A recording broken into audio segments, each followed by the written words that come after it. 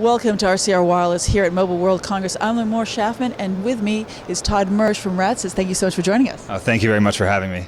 So Radisys has had a number of exciting announcements here at Mobile World Congress. Why don't you tell us about some of them? Yeah, absolutely. So what we do is provide enabling technology primarily for LTE vendors, and that means we're the guys inside of the box, but we don't provide the box to the operator. So one area is small cells.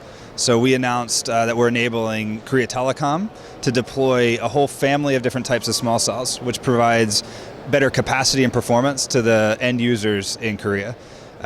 We also announced more recently. Yeah. Got one question. So, but enabling, what does enabling mean? Particularly in this situation, let's break it down. Our customers provide the actual base station to the operator, and they use our software to power that base station. So instead of us manufacturing the box, we provide the software that goes inside the box. So you Radisys inside. Okay, and so you're basically making it all run, or what does your software actually do? Yeah, so in that situation, our software is providing connectivity to the network, we're providing the connectivity to the end device, we're actually managing the radio, so we're really providing the brains of the product at the end of the day, and enabling, in the end, that product enables the operator to deliver a much higher capacity system so that their users end up seeing much better performance. So if you look at Korea, for example, where they have a very demanding clientele base, it's really giving them an advantage against one another. It's another tool in their tool chest to provide a much better network and much better experience. Okay, next one. Sure. Yeah, the other area that we've been focused at a lot is enabling Voiceover LTE and rich communication services, and really helping the operator monetize their network. So we announced the ability to provide a much higher capacity solution for Voiceover LTE, both the transcoding capability that allows them to not only provide the Voiceover LTE service, but allow you to call people both in LTE and outside of the LTE network.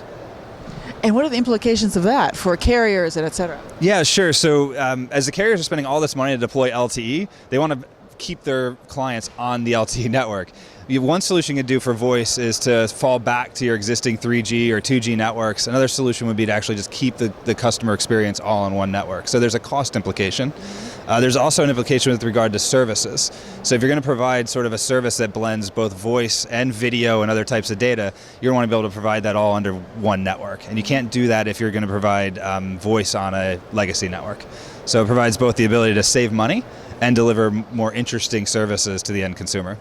And talking about services to the end consumer, they're also looking at their version of OTT. So tell us about that. Yeah, so there's this whole movement called RCS, or Rich Communication Services, and it's essentially a standards-based way in which the operator can deliver voice service, messaging, things like that. The things that we today are now using, things like the WhatsApp that Facebook just purchased.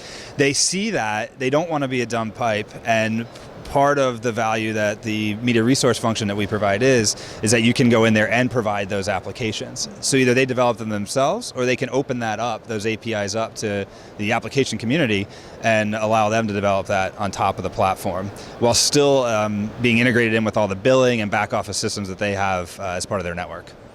So final question, I don't know if you've been able to get off the show floor here at all, but can you tell us a little bit about your impressions so far of Mobile World Congress? It's always such a wonderful event. Just basically you'd see the ability to see everyone in the industry in one place. Unfortunately, I haven't gotten to get off the show floor too much, but some of the things that we've seen a lot of talk about have been the move towards LTE Advanced. So the constant quest to provide higher throughput networks and more efficient networks has been a big theme. We've seen specifically within the LTE domain, the impact that China and India is having on the ecosystem, because they use a different type of LTE spectrum that's putting new requirements on the industry to support that, which has really created not just a lot of opportunity for us, but a whole new series of products and devices that need to be developed specifically to deal with the differences in their networks. So I'd say, if you would say, that the telecommunications industry is alive and kicking and well. Yes, it is. There wouldn't be 70,000 people here if there wasn't. Wonderful. Todd, thank you so much for joining us. Oh, thank you very much. I really appreciate it. And thank you for joining us here at Mobile World Congress. Stay tuned for more from the show floor.